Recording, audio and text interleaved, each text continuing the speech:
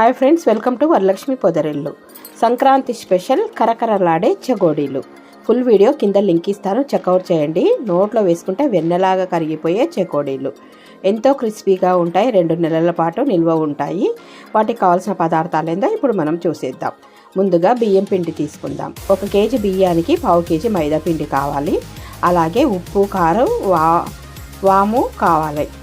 ముందుగా బియ్యపిండికి ఒక గిన్నె బియ్యపిండికి 1 గిన్నె నీళ్లు పోసి స్టవ్ మీద పెట్టి మరిగించుకోవాలి. అందులో ఉప్పు, కారం, నువ్వులు, వాము, కొద్దిగా వెన్న కానీ ఆయిల్ కానీ వేసి మరిగించుకోవాలి. మరుగుతున్నప్పుడు ఈ బియ్యపిండిని నీళ్ళల్లో వేసి 1 నిమిషం పాటు ఉడికిచ్చి స్టవ్ ఆఫ్ చేసుకోవాలి. తర్వాత మరో గిన్నెలో ఈ పిండినంతా పోసి మెత్తగా బాగా గట్టిగా చపాతీ ముద్దలాగా కలుపుకోవాలి. తర్వాత చిన్న చిన్న చెకోడీల్లాగా చుట్టేసుకోవాలి. చూడండి, వీడియోలో చూపిన విధంగా చేయండి. ఇవన్నీ ఒకదానిపైన ఒకటి వేసుకున్నా కూడా ఏమి అతుక్కోవు, బాగుంటాయి.